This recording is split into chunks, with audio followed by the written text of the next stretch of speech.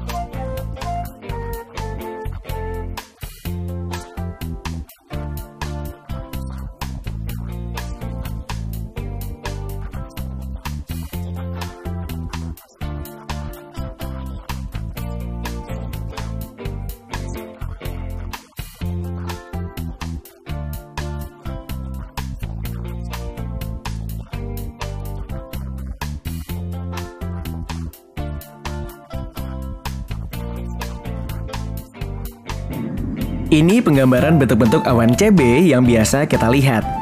Ada awan CB yang berbentuk seperti satu sel tunggal atau sering disebut dengan single cell, atau bisa juga terdiri atas banyak sel besar dan kecil yang membentuk sebuah barisan atau disebut dengan squall line. Dan kadang bisa juga berupa satu sel yang sangat besar atau yang biasa disebut dengan supercell. Ciri-ciri awan cumulonimbus: bergulung-gulung dan menjulang tinggi, berwarna abu-abu hingga hitam pekat, bentuknya seperti bunga kol dengan puncak yang berwarna putih. Tinggi dasar awan berkisar antara 400 hingga 600 meter di atas permukaan laut. Proses pembentukan awan CB terjadi mulai pukul 10 hingga pukul 14 waktu Indonesia Barat.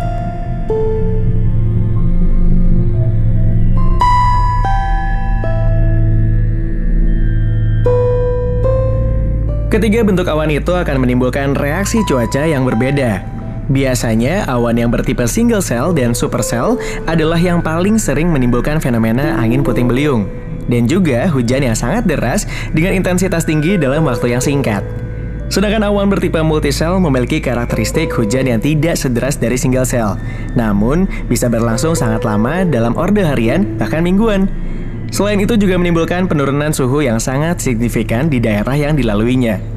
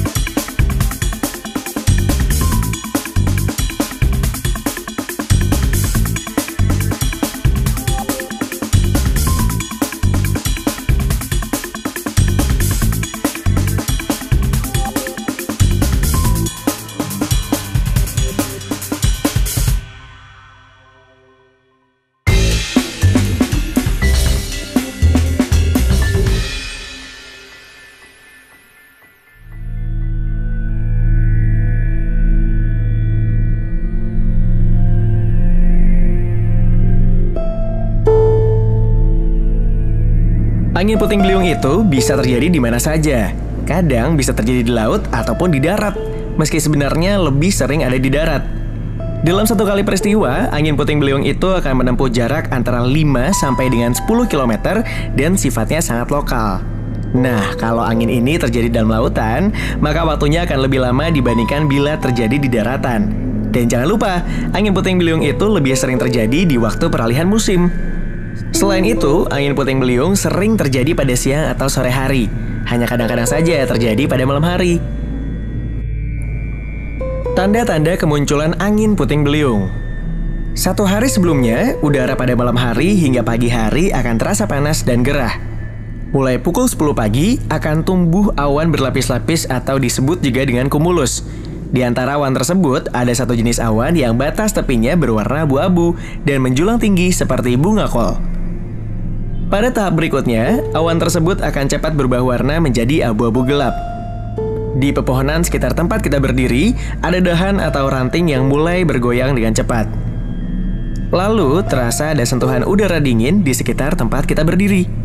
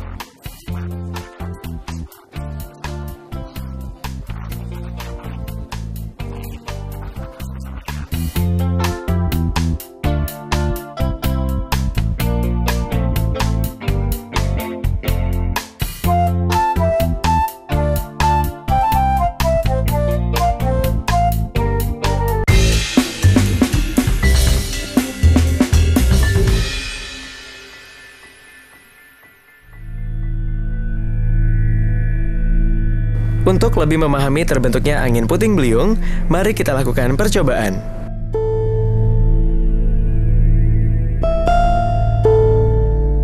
Sediakan alat dan bahan.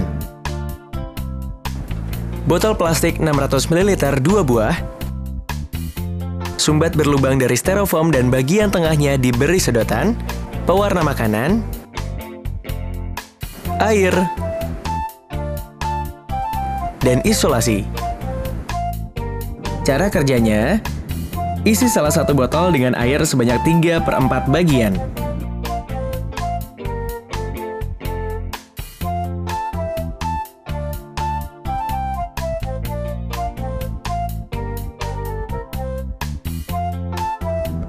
Campur sedikit pewarna pada air di dalam botol tadi.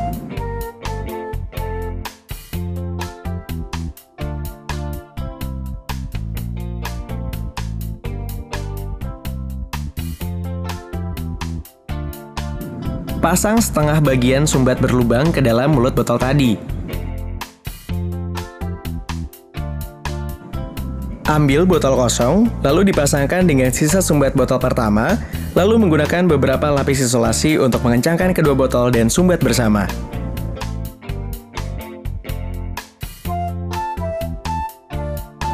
Balik posisi botol. Botol atas dibalik ke bawah.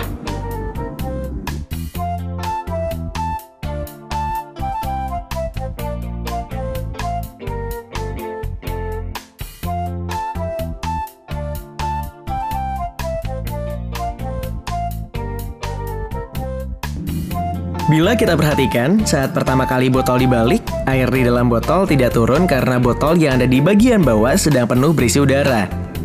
Tapi, jika botol kita goyangkan beberapa kali, maka air yang di atas akan mulai turun menggantikan posisi udara tersebut. Bila kita uraikan, ada dua gaya yang bekerja pada percobaan ini. Salah satunya adalah gaya gravitasi. Seperti yang kita tahu, gravitasi akan menarik semua benda ke bumi, termasuk air. Jadi, gravitasi menarik air dalam botol di atas menuju ke botol yang di bawah. Saat air berada pada botol atas, air memiliki energi potensial. Energi potensial adalah energi tersimpan yang akan digunakan. Ketika kamu memutar botol, kamu memberikan gerakan pada air atau energi kinetik. Energi kinetik adalah energi yang sedang digunakan. Saat air berputar dari botol atas ke botol bawah, air merubah energi potensial menjadi energi kinetik.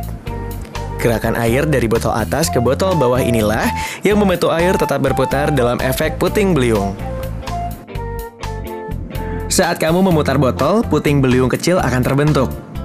Di tengah puting beliung air ini terdapat sebuah lubang. Lubang ini berawal dari bagian atas air menuju ke lubang di antara dua botol. Lubang ini memungkinkan udara dari botol bawah lepas ke botol atas saat air berpindah. Karena udara keluar dari botol bawah, tekanan udara di dalam kedua botol menjadi sama.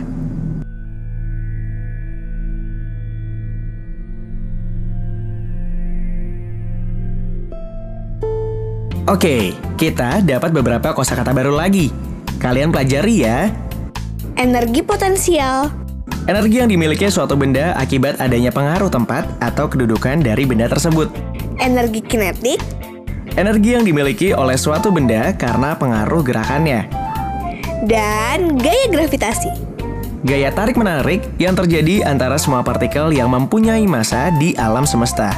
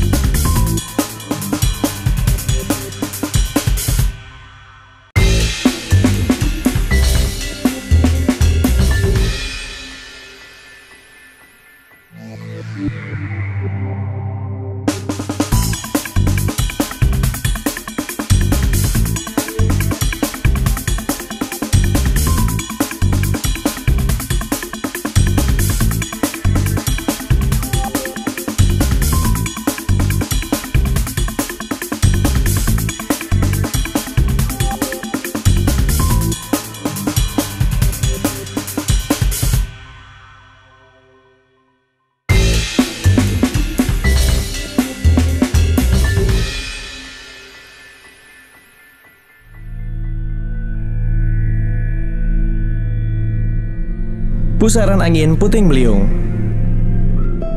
Sediakan alat dan bahan.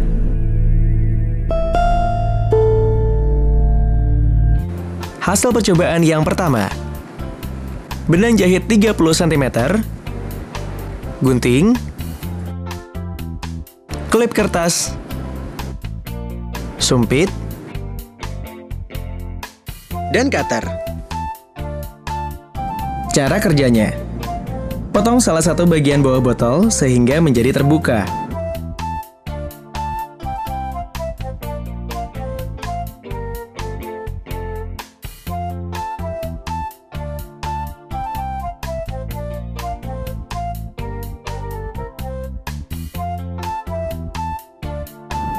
Buang isi air berwarna di dalam botol.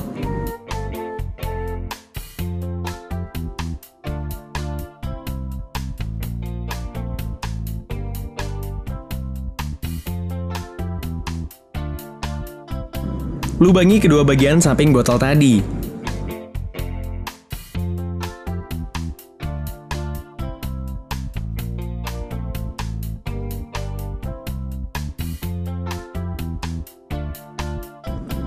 Ikat klip kertas dengan benang, lalu ikat ujung benang lainnya pada sumpit.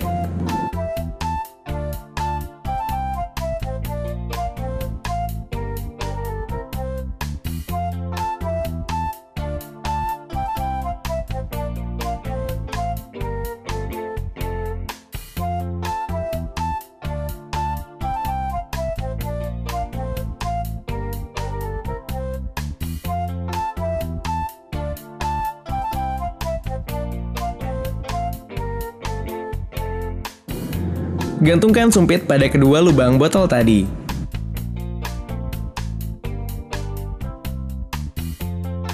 Letakkan botol di atas nampan, lalu isi bagian atas botol yang terbuka dengan air, lalu goyang-goyangkan botol.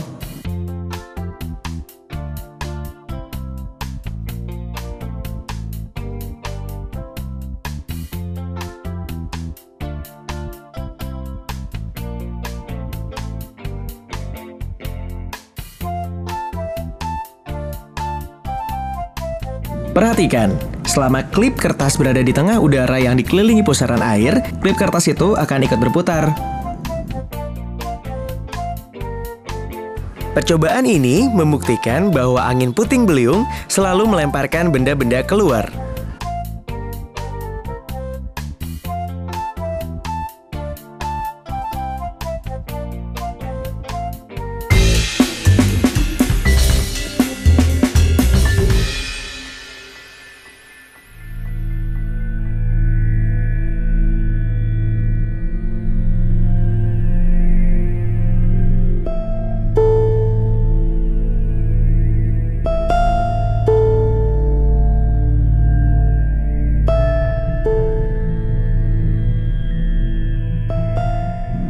Sekarang ada beberapa tips lain dalam mengantisipasi bahaya angin puting beliung.